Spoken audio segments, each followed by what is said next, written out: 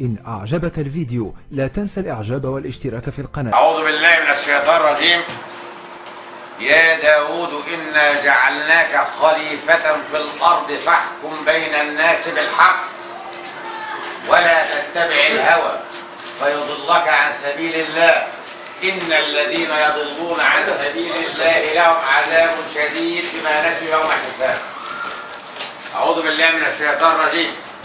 يا أيها الذين آمنوا اتقوا الله حق تقاته ولا تموتن إلا وأنتم مسلمون. أعوذ بالله من الشيطان الرجيم. يا أيها الناس اتقوا ربكم الذي خلقكم من نفس واحدة وخلق منها زوجها وبث منهما رجالا كثيرا ونساء واتقوا الله الذي تساءلون به والأرحام إن الله كان عليكم رقيبا. أعوذ بالله من الشيطان الرجيم.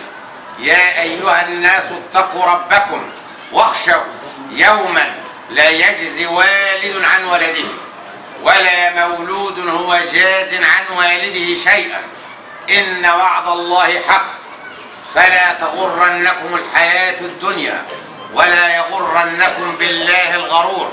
أعوذ بالله من الشيطان الرجيم. والذين يؤذون المؤمنين والمؤمنات بغير ما اكتسبوا فقد احتملوا بهتانا وإثما مبينا. قال صلى الله عليه وسلم: المسلم من سلم المسلمون من لسانه ويده. وقال صلى الله عليه وسلم: كل المسلم على المسلم حرام. كل المسلم على المسلم حرام ماله ودمه وعرضه. وقال صلى الله عليه وسلم: أقربكم مني مجلسا يوم القيامة أحاسنكم أخلاقا. أقربكم مني مجلسا يوم القيامة أحاسنكم أخلاقا. وقال صلى الله عليه وسلم: أثقل شيء في الميزان عند الله سبحانه وتعالى تقوى الله وحسن الخلق. تقوى الله وحسن الخلق. وربنا سبحانه وتعالى مدح الرسول صلى الله عليه وسلم وقال له: وإنك لعلى خلق عظيم. وإنك لعلى خلق عظيم. وقال صلى الله عليه وسلم: إنما بعثت لأتمم مكارم الأخلاق. إنما بعثت لأتمم مكارم الأخلاق. والشاعر قال: إنما الأمم الأخلاق ما بقي فإن هم ذهبت أخلاقهم ذهبوا ما لهمش وجود.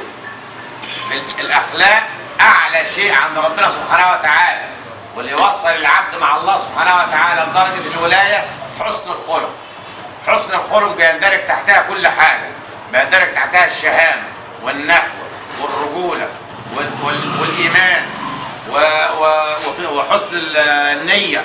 يندرج تحت حسن الخلق ده كل شيء. عندنا أولادنا واحد منهم يتيم والتاني يتيم وابوه مش موجود على قيد الحياة، والتاني يتيم وابوه موجود على قيد الحياة. واحد يتيم وابوه مش موجود على قيد الحياة، والتاني والدته مطلقة وابوه موجود ولكنه يتيم الأرض. تمام؟ دوما بنقول الزوج او الزوجه المطلقين من بعض اللي بيدفع الضريبه الابناء. اللي بيدفع الضريبه الابناء. واليتيم نفس القصه، ده بيحس ان هو عنده قصاد زمايله، والتاني يعني فنفسيا بيبقى في توتر نفسي. الاثنين في ثانويه عامه للاسف. الاثنين في ثانويه عامه مش دبلومات. مؤهلين بقى ان اللي يدخل تجاره واللي يدخل طب واللي يدخل هندسه واللي يدخل شرطه واللي يدخل حربيه، ولكن احنا اسأنا تربيه ابنائنا. العيال رايحه المدارس وبيجيبها قطارات. هم دول رايحين يتعلموا ولا رايحين يتعلموا العلم ولا يتعلموا البلطجه؟ هو انت رايح تتعلم ولا رايح تتعلم البلطجه وتبلطج على زمايلك؟ الاثنين في امتحان. تمام؟ المفروض اللي عنده امتحان دي بيعمل ايه؟ بيصلي ويقعد يعبد ربنا ويدعو ربنا سبحانه وتعالى ويتوسل الى الله سبحانه وتعالى ان هو يوفقه في امتحانه، ان هو يوفقه في امتحانه.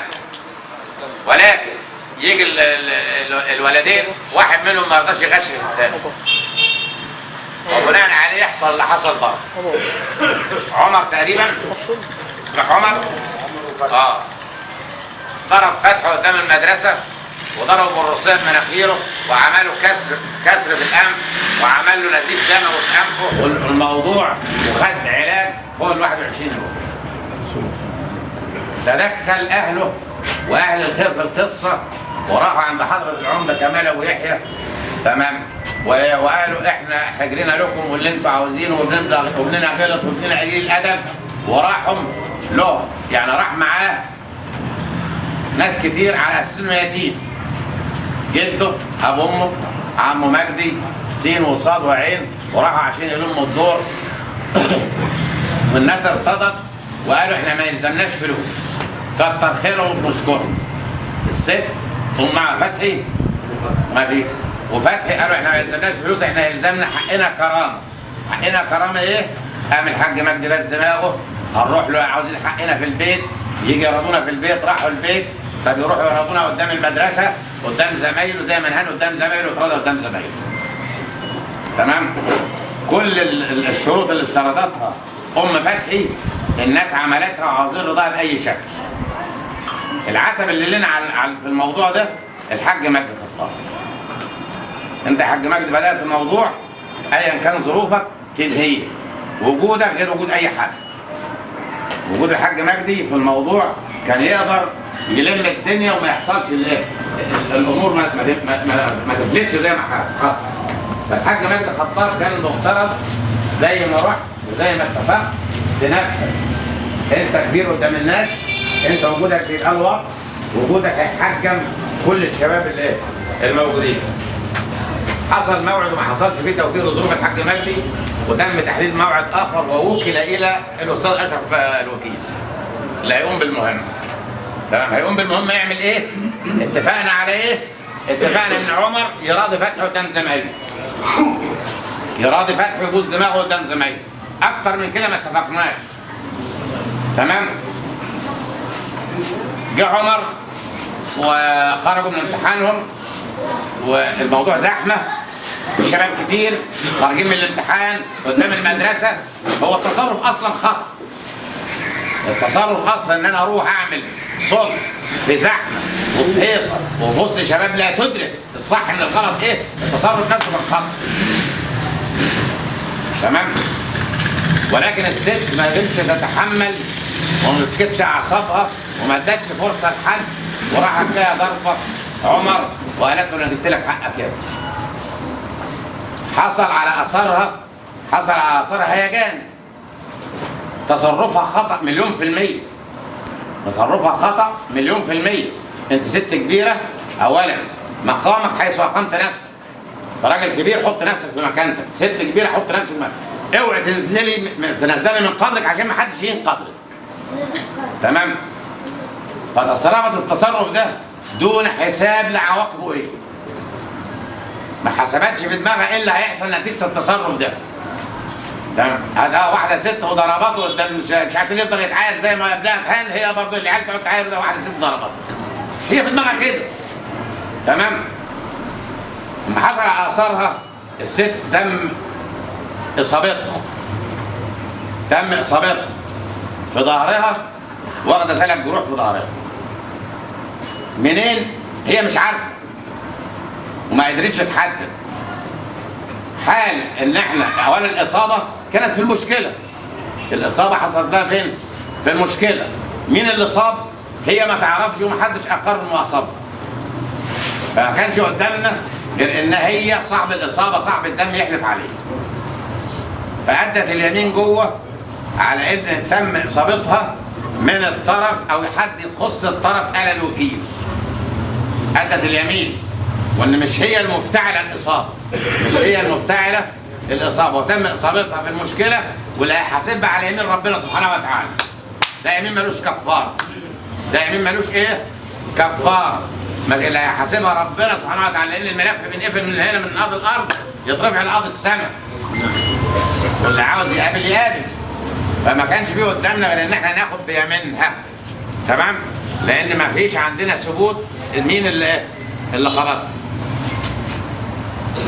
راى المجلس بالاجماع فضلا وليس عدلا. تمام؟ في حق الموضوع الاولاني خلص بما له وما عليه. خلص بما له وما عليه اللي تم الصلح فيه في بيت العمده كمال يحيى، خلص بما له وما عليه. انما كان ارتضيت ماشي. واوفوا بالعهد ان العهد كان ايه؟ مسؤولا. واوفوا بالعهد اذا عاهدتم ولا تنقضوا الايمان بعد توكيدها. انا عهدت واتفقت اتفاق ما ينفعش اعتدي تاني. فمن عفي له من اخيه شيء فاتباع بالمعروف واداء اليه باحسان ذلك تخفيف من ربكم ورحمه. فمن اعتدى بعد ذلك فله عذاب ايه؟ اليم. ربنا اللي بيقول قبلت الصلح ما ينفعش تغضب. الست حصل منها غدر ولكنها ست، ولكنها اللي يشفع عليها انها ايه؟ ست. لو اتعملت الغدره دي من الراجل كان هيبقى الكلام مختلف خالص. تمام؟ فاصبح لها حق لانها اتصابت. ما ينفعش عيل من دور عيالها يخبطها في ظهرها بالشكل ده ولا يحترم حرمتها لانها ماشي. واللي ضربها في سن ولادها او في سن ابنها او زميل ابنها، الله اعلم مين اللي ضربها، بس كلهم كانوا شباب المتواجدين في الموضوع. وفي حد اقر ان في واحد ادى مطوه او قطر لعمر وقال له خلص.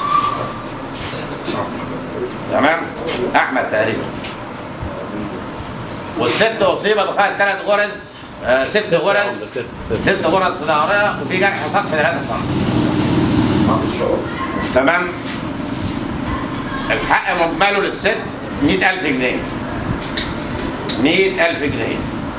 في عندنا مجلب هم هي اللي عملت المصيبه دي. مجلب الهم في الموضوع ده يساوي نص الهم. مجلب الهم يساوي نص الهم. هي غلطانه فيهم ب50,000. هي غلطانه من الايه؟ من 100 ب50. اصبح في حق عندنا لفتحي 50,000 جنيه. 50,000 ايه؟ جنيه. الصلح والتراضي ان شاء الله على كتاب ربنا دلوقتي. اللي عامل محضر هيتنازل عنه على نفقته الخاصه والوفاء بالوفاء. يعني ايه الوفاء بالوفاء؟ ال50,000 جنيه يجوا للعمده محمد رشاد شويه هنا بعد ما يجوا توردهم يقول لكم روحوا اتنازلوا وفلوسكم حقكم عندي. ده الوفاء بالوفاء. تمام؟ بعد ما يتورد هيتم التنازل وفي توكيل تقريبا مع الاستاذ مصطفى من ابو الولد بالتنازل. لان ابو الولد هو الوالي بتاعه. تمام؟ في شرط جزائي وضع على جميع الاطراف. اما نقول شرط جزائي يبقى الشرط جزائي على مين؟ على جميع الاطراف. قدره 200,000 جنيه. 200,000 جنيه. ايه وضع الشرط الجزائي؟ ان حدث خطأ من عند فتحي او ام فتحي او من يتبع فتحي، او خطأ من عند عمر او من يتبع عمر على المغلوط فيه، عشان تاخد حقك اوعى ترد الغلط بغلط. مفيش داعي انك تغلط. ليه؟ لان في رباط لك في بيت، في محضر تحكيم، في شرط جزائي. اتغلط فيك اقف اثبت حقك بشهاده شهود او بكاميرا فيديو او باي نوع من انواع الاثبات، وتعالى للعمده محمد رشاد.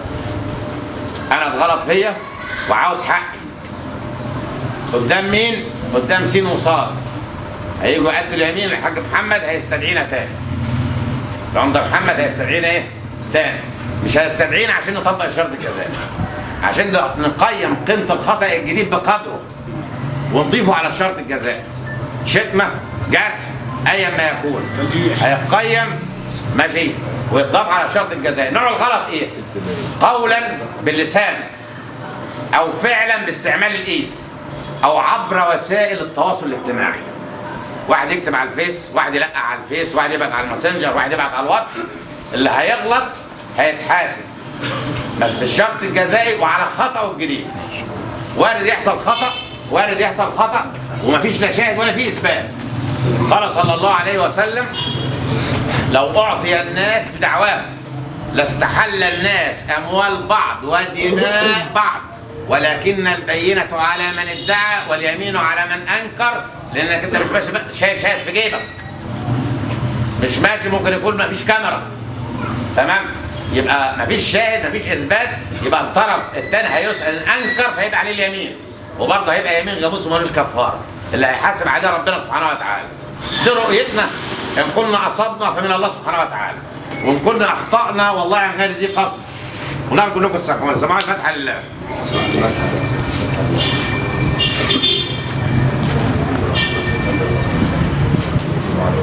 تعالى يا عمر، تعالى يا فتحي. بسم الله الرحمن الرحيم. انا اكراما لاهل البيت وفتحتهم والقعده الكريمه والناس المحترمه اللي فتحوا لي بيتهم وكل حاجه، وكل واحد حضر على راسي. الف شكر والف شكر لكل واحد اعتبرني اخته. انا ابني انا عالجته، ودمي اللي نزل مني ده ما يسواش ولا مليون جنيه، ما يسواش ولا مليون جنيه لله، واحتسبته عند الله. انا هاخد 40 و10 لله. نستغفر الله العظيم، نستغفر الله العظيم، نستغفر الله العظيم، نستغفر الله العظيم، نستغفر الله العظيم. تبنا إلى الله، تبنا إلى الله وندمنا وندمنا على ما فعلنا، على ما فعلنا وعزمنا وعزمنا عزما أكيدا على طاعة الله، على طاعة الله، وبرئنا من كل دين يخالف دين الإسلام، ونشهد أن لا إله إلا الله،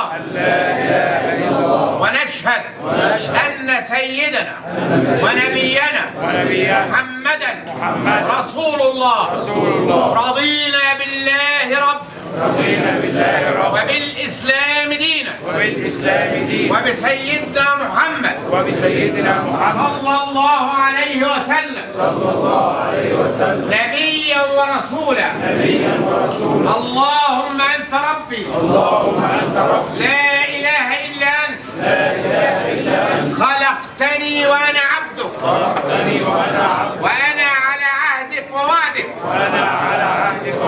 ما استطعت أعوذ بك من شر ما صنعت.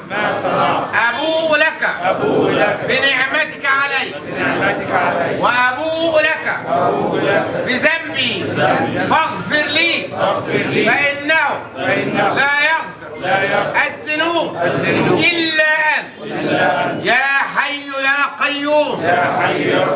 نسألك يا رب كل شيء، نسألك بقدرتك على كل شيء أن تغفر لنا كل شيء، ولا تسألنا عن شيء. ربنا ظلمنا أنفسنا، وإن لم تغفر لنا وترحمنا لنكونن من الخاسرين. سبحانك اللهم وبحمدك، نشهد أن لا إله إلا أنت، نستغفرك ونتوب إليك. ربنا لا تؤاخذنا إن نسينا أو أخطأنا. ربنا ولا تحمل علينا إصرا كما حملته على الذين من قبلنا. ربنا ولا تحملنا ما لا طاقة لنا به. ربنا ولا تحملنا ما لا طاقة لنا به.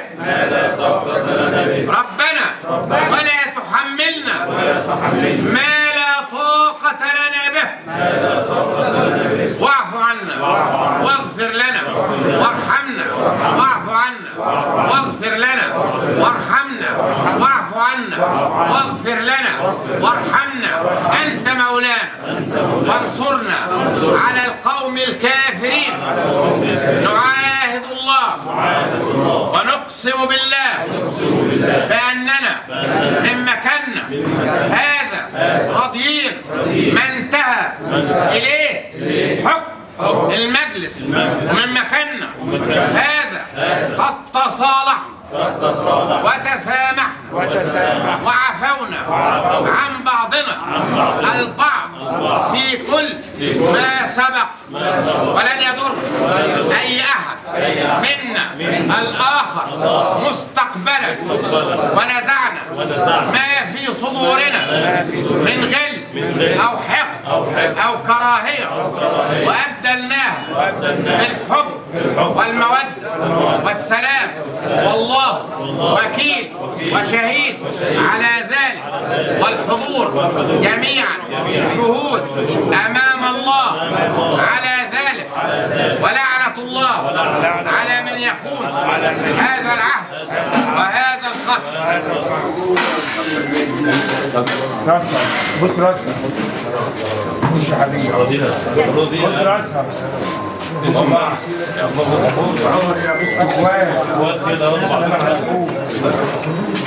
ألف مبروك الصبح يا رجال. رجاله الصبح.